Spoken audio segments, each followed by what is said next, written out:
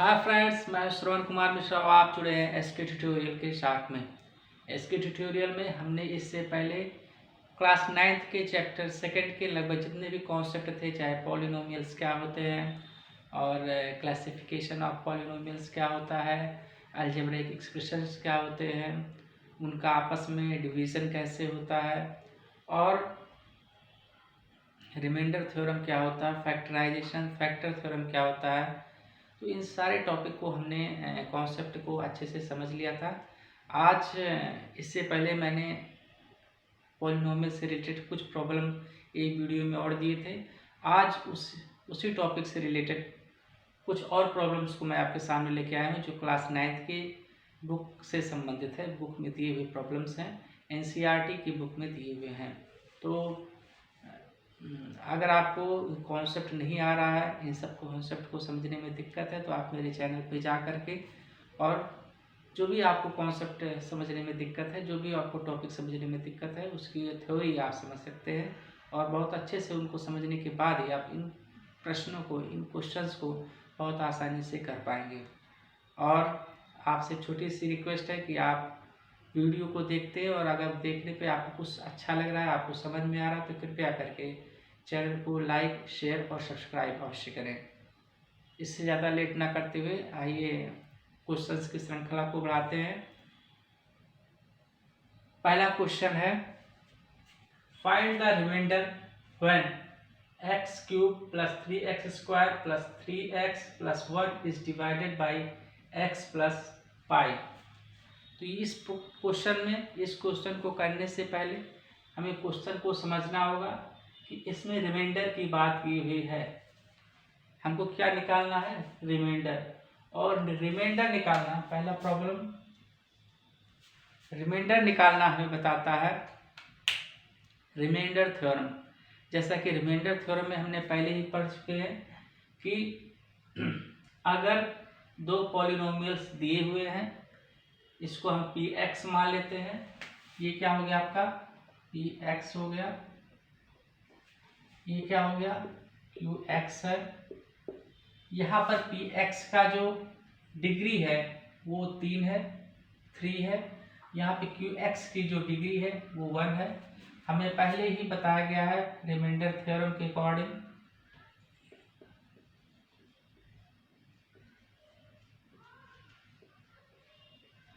Remainder theorem में ये बताया गया है कि हमें रिमाइंडर निकालने के लिए जो कंडीशंस होती हैं, कि जो हमारे पास पी एक्स दिया गया है, पी एक्स की जो डिग्री है वो ग्रेटर देन होनी चाहिए क्यू एक्स की डिग्री से। जो कंडीशन यहाँ पे सेटिस्फाई कर रहा है, इस स्थिति में पी एक्स जो होता था वो क्यू एक्स इंटू जी एक्स और प्लस आर ए होता था। तो इसका मतलब ये हुआ कि हमारे पास पी एक्स में ए पुट कर देंगे। ए पुट यहाँ पे हमारा ए क्या है?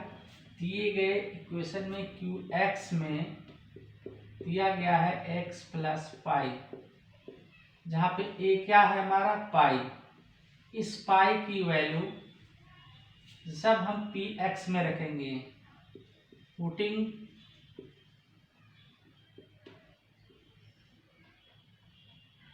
The value of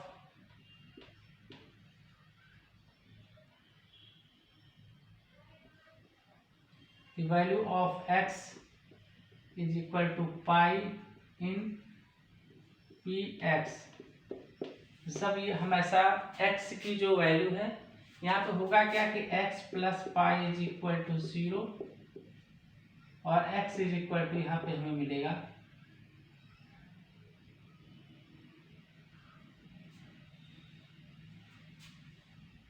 minus pi.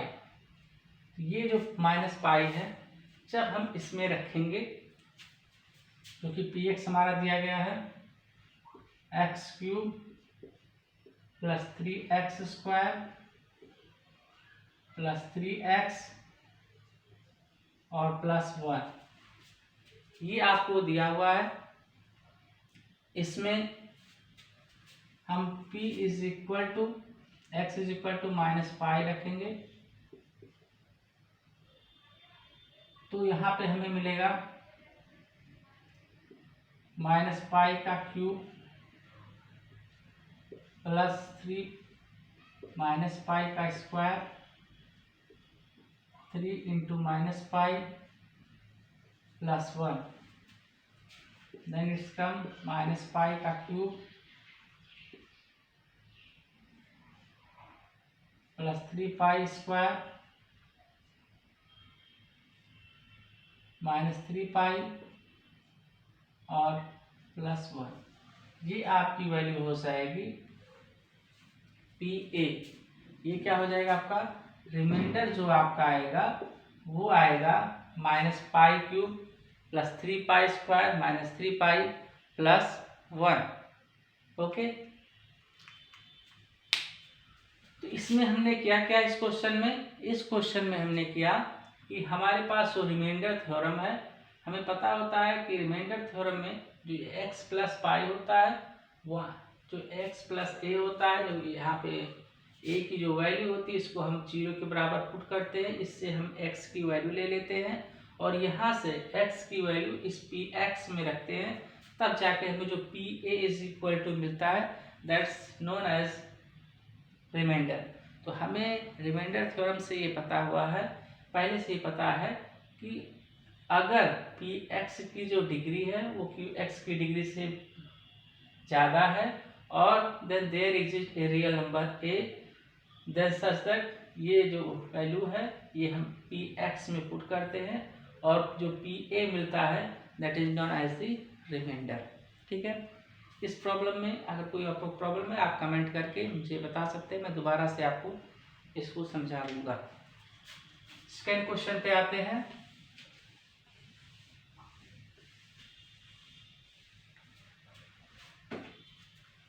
Second question है, check whether 7 + 3x is a factor of 3x cube + 7x²। क्या क्वेश्चन? आप ये चेक कीजिए कि 7 + 3x जो है वो 3x क्यूब + 7x का फैक्टर है या नहीं है। तो ये क्वेश्चन जो है फैक्टर थ्योरम से रिलेटेड है। मैं यहाँ पे 3 तरीके के क्वेश्चन लिया हूँ जो आपकी बुक में लगभग दिए होंगे, इसी से मिलता जुलता क्वेश्चन आपके पास आएगा।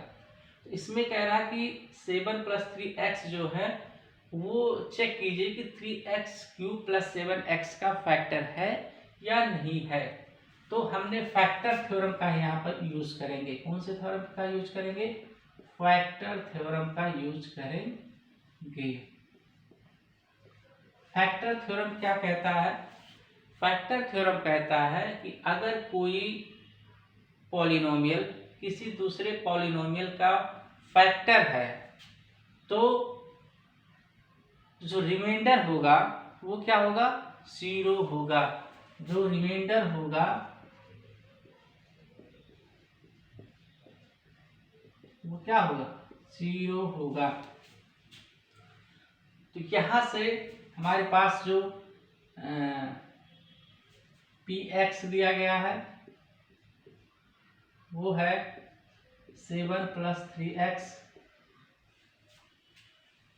और जो 7 + 3x नहीं है, px जो है वो 3x क्यूब + 7x है। अब यहां से 7 + 3x जो है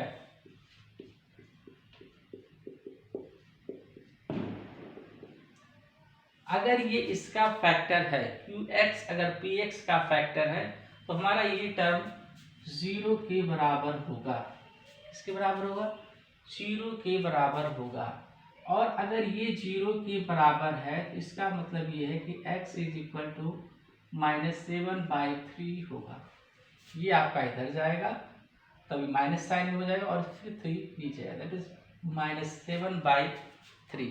ओके, अब फैक्टर थ्योरम के अनुसार अगर ये वैल्यू हम इसमें पुट करते हैं और ये 0 आ जाता है ये वैल्यू इसमें पुट करेंगे।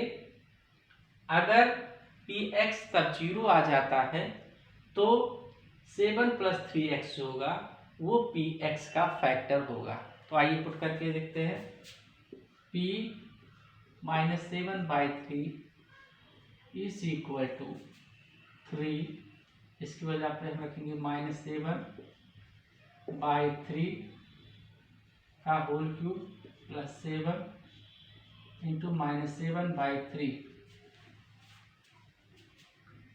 आप चेक करते हैं हम 3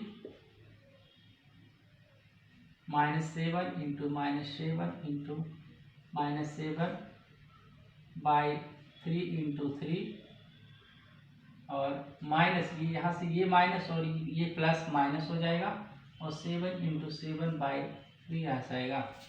ये यहाँ से ये कट जाएगा और आपका यहाँ से ये जो आ जाएगा ये -7 into 7 into 7/3 into 7 into 7/3। Okay, अब यहाँ से हमको एक बात समझ में आ रहा है कि ये चूंकि ये 0 नहीं आने वाला है, क्योंकि यहाँ पे देखिए 7 इंटू 7, यहाँ पे 2 7 है, यहाँ पे 3 7 है, that still not comes to equal to 0। इसका मतलब क्या हुआ?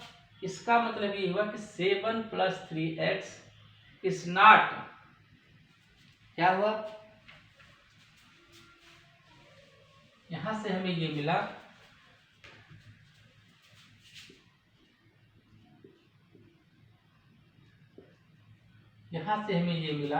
कि 7 + 3x is not factor of 3x³ plus 7x। 7 + 3x is not factor of 3x plus 3x³ plus 7x। यानी यहाँ पे हमें मिला क्या कि हमने फैक्टर थ्योरम का उपयोग किया, और फैक्टर थ्योरम को जब उपयोग करते हुए हमने इसको जब सॉल्व करना शुरू किया तो हमें जो इस x की वैल्यू पुट करने पर px में हमें जो pa है अकॉर्डिंग टू फैक्टर थ्योरम के अनुसार वो हमें 0 मिलना चाहिए था, पर यहाँ से हमें वो 0 नहीं मिल रहा है। और अगर हमें 0 नहीं मिल रहा है तो इसका मतलब ये है कि जो 7 + 3x है वो 3x³ plus 7x का फैक्टर नहीं है। फैक्टर कब होता? जब ये हमारा जो PA है वो 0 होता। तो जो फैक्टर थ्योरम कहता है कि अगर Px और Qx दो पॉलिनोमियल हैं तो Qx जो होगा वो हमारा तभी फैक्टर कहलाएगा ऑफ Px का जब PA = 0 आएगा। पर यहाँ पे हमें जो PA है, जो P - 7/3 है, वो 0 नहीं मिल रहा है, इसलिए हम कह सकते हैं कि 7 + 3x is not factor of 3x³ plus 7x। Okay, so इस सेकेंड प्रॉब्लम में भी अगर आपको कोई दिक्कत अभी भी महसूस हो रही है तो मुझे आप कमेंट बॉक्स में पूछ सकते हैं। मैं दोबारा से आपको रिटर्न में आप पे सेंड कर दूंगा, आपके मैसेंजर पे, व्हाट्सएप पे, कहीं भी। ओके, थर्ड क्वेश्चन पे आते हैं हम लोग।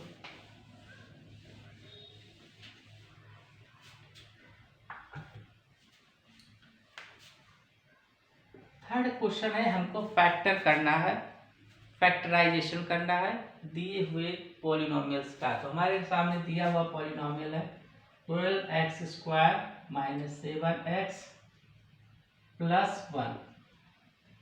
यहाँ पे थोड़ा समझने वाली बात है कि अगर हमें इसको फैक्टर करना है तो उसके 2-3 छोटे छोटे स्टेप्स होते हैं। अगर आप सेकेंड डिग्री बाइनोमियल का, सीधे ऐसे कह सकते हैं कि सेकेंड डिग्री का जो है जो पॉलिनोमियल है, अगर उसका हम कर रहे हैं तो हमको वो छोटे छोटे 2 स्टेप्स करने पड़ेंगे। 2 चीज़ें ध्यान रखनी होंगी, वो क्या है वो हम देखते हैं। पहले तो जो फर्स्ट नंबर है और ये लास्ट नंबर है, इसको हमको मल्टीप्लाई करना है, दैट्स कम टू 12। ठीक है। ये संख्या अब हमको दिमाग में रखनी है कि इसका और इसका मल्टीप्लाई किए तो 12 आया। अब हमारे पास जो बीच वाला है, जो सिंगल डिग्री के साथ लगा हुआ कोफिशिएंट है, that is 7, single degree variable x है, जिसके साथ लगा हुआ आपका जो नंबर है वो 7 है। इस 7 को हमको ऐसे अरेंज करना है, यानी ऐसे प्लस माइनस करना है कि इसको जोड़ने पर, उसको प्लस माइनस करने पे 7 ही आए, जैसा ये है, इसमें इसकी वैल्यू में कोई परिवर्तन ना हो। पर जिन दो संख्याओं में इसको तोड़ रहे हैं, उन संख्याओं का मल्टीप्लाई करने पे, गुणा करने पे 12 आए, 12 आए। ठीक है। हम ऐसा कैसे कर सकते हैं? हमारे पास 7 लाने के कई तरीके हो सकते हैं। जैसे हम 1 तो 1 + 6 कर सकते हैं। ठीक है। चूंकि यहाँ पे माइनस है तो हम -1 -6 कर सकते हैं। चूंकि माइनस ही है तो फिर -5 -2 कर सकते हैं, -3 -4 कर सकते हैं, -9